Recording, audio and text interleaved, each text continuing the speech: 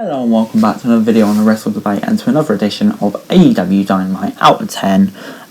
Big show today. It's fair to say AEW didn't have their best show last week, but they're rebounding here. Some big matches. Kingston versus Lance Archer, and the main event, Elite versus Dark Order. So I can't wait for this show. Let's get straight into it.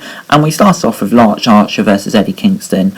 Archer sent Jake the Snake Roberts to the back, match the Legends' disappointment, and Kingston did everything in his power to level to his larger opponent, but failed early on. Archer dropped Kingston with a chokeslam on the apron from the inside of the ring. That looked brutal, and Archer followed Kingston to the outside to get in control. Back in the ring, Kingston did have a bit of offense before Archer got back on top again, before Kingston eventually through some great tactics managed to get on top and put on the knuckle duster and stunned Archer with a black fist for the win. I'm going to give this a 7 out of 10. Really enjoyed these match between these two to kick off the show. John Moxley said he and Rey Fenix and Pac are going to defeat the Elite next week at Beach Break, before Sting and Darby Allin said they're going to beat them at Revolution. Then we went into Chris Jericho and MJF versus the Varsity Blonde.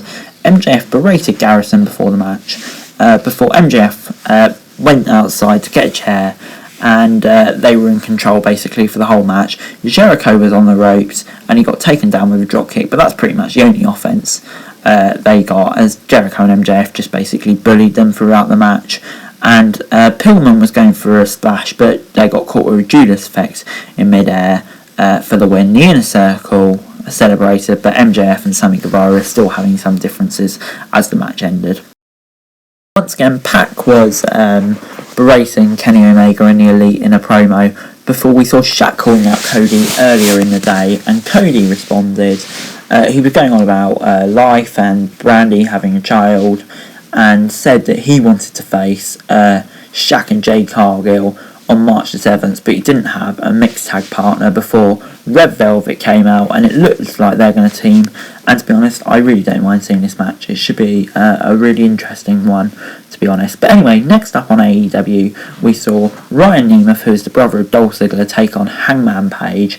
Dolph Ziggler's brother was labelled as a Hollywood hunk before Page used the size advantage to take control of the match. Hangman was basically dominating before Matt Hardy showed up at ringside. Nemeth did get on top for a little bit, but Hangman eventually did hit a buckshot lariat for the win. And then after the match, Matt Hardy said he wanted to join forces with Hangman Page, and he was a bit iffy about it. But anyway, next up we got Dax Harwood versus Jungle Boy on AEW.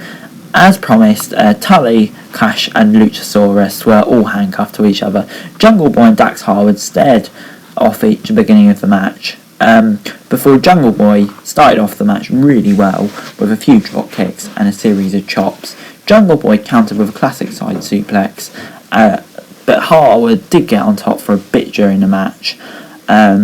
Eventually, though, it wasn't for long because it kept on going back and forth. A really, really, really good match.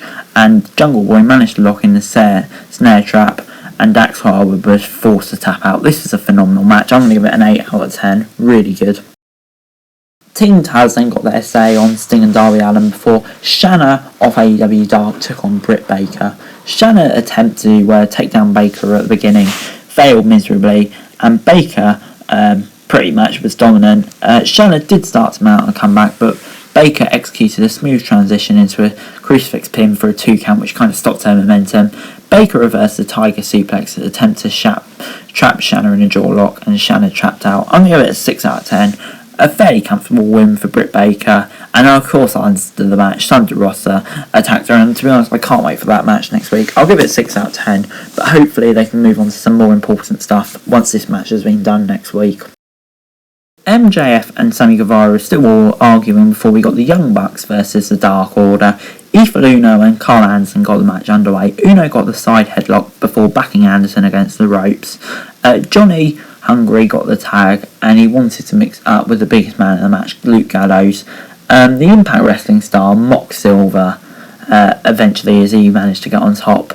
Reynolds eventually managed to tag in Stu Grayson, but Gallows was just dominating before he did get taken down, and eventually he was forced to make the tag, which did make it a bit uncertain.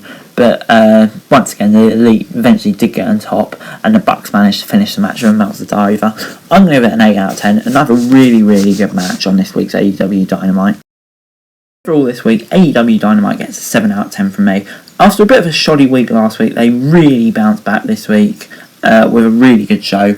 Dax Harwood versus Jungle Boy was just an incredible match, as was the main event.